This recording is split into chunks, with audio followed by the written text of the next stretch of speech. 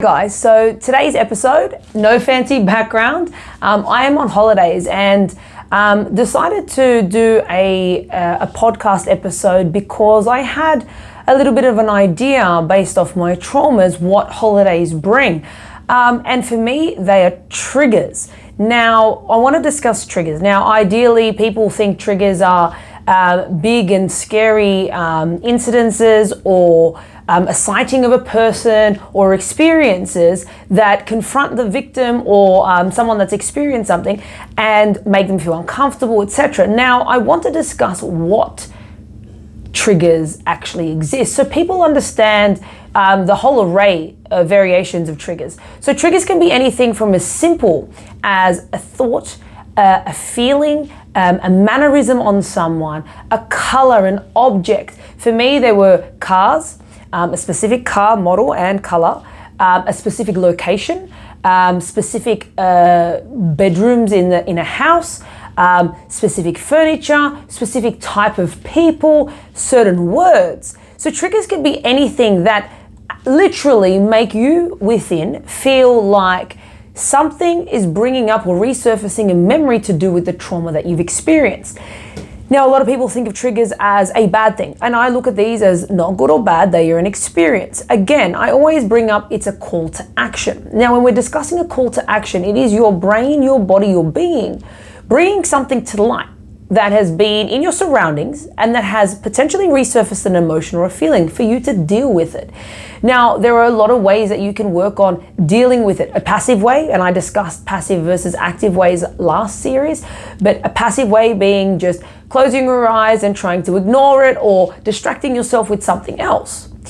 Now, well and good to get you through a moment when you're like, shit, I'm in the middle of something and I need to work, I need to do it. But ideally, if you actually sit for a moment with that trigger, whether it's a thought, a person, a place, anything, and you accept the feeling that it's bringing onto the body, whether it makes your stomach nauseous, it makes you tied up in knots, it makes you feel sweaty and clammy, it makes you feel whatever it makes you feel.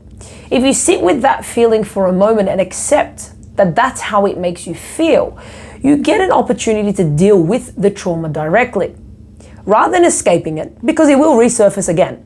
You can't deny that. If you sit with it for a moment and accept that that's what it does, eventually in time it passes. Now, if it happens again, you'll notice that over time, these triggers will dull down in their potency towards affecting you. I'll give you an example, a personal example for me. Now, with my childhood sexual trauma, I was molested also in a vehicle. So it happened in many places, and one was a vehicle of the owner of this vehicle was the person who did what they did to me. And this car, the color of the car, the make and model, in particular the color, would always get me. So anytime I'm driving and it's an old car, it was rare you would see it for some reason. Law of attraction, I would see it. And it was like this unintentional, I'm trying to find it, but I wasn't. And again, I was searching for this trigger so I can move past it because it was a really big piece for the puzzle for me.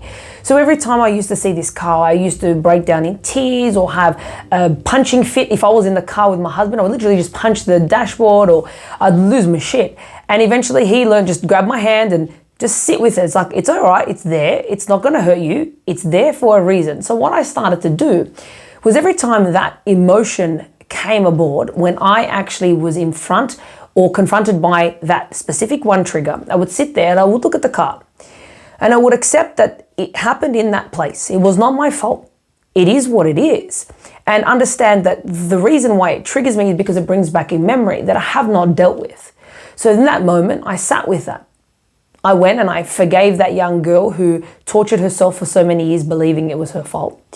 I looked at the situation and said, okay, there is nothing I could have done to stop or make this any easier or better. And I accepted what happened, happened. And then I understood that it's not happening at the moment and it's no longer happening. So I'm not the victim anymore.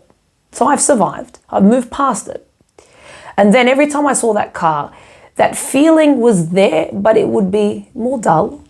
And slowly with time, it becomes this distant feeling, and not a distant memory, just a distant feeling. So now when I see that car, its trigger is no longer potent to me. The trigger is, okay, I see you, thank you. That's it, move on. And I don't have to be super involved in the feeling anymore. I don't have to be taken away from myself. It doesn't waste away a whole day or week or month of energy just because of that one trigger. So what I suggest is, if you do have triggers, start identifying them. I had to sit down and write a list of these triggers because there were so many of them. And then every time I got a feeling or I was overcome with a feeling, I would sit in that moment and identify if there was a trigger. And generally there is. Take a moment and sit with that feeling. Accept the feeling, move past the feeling, and continue on with your day. And the more often you do that, the more you're actively dealing with the trigger itself. Breathing helps. Sitting there and just being in the moment. There's a lot of feeling grounded. So put your hands and feet on a table, chair, and just or on your lap, and just kind of just take a sense of self and breathe. Take a moment, but don't try and escape the feeling. Try and sit with it. Because triggers are there as a call to action to deal with the trauma that has been there in the past and is resurfacing for a reason, because potentially you're ready to deal with it. Your body wouldn't do it unless it believed you were ready to deal with it. So maybe it's time to start dealing with your trauma.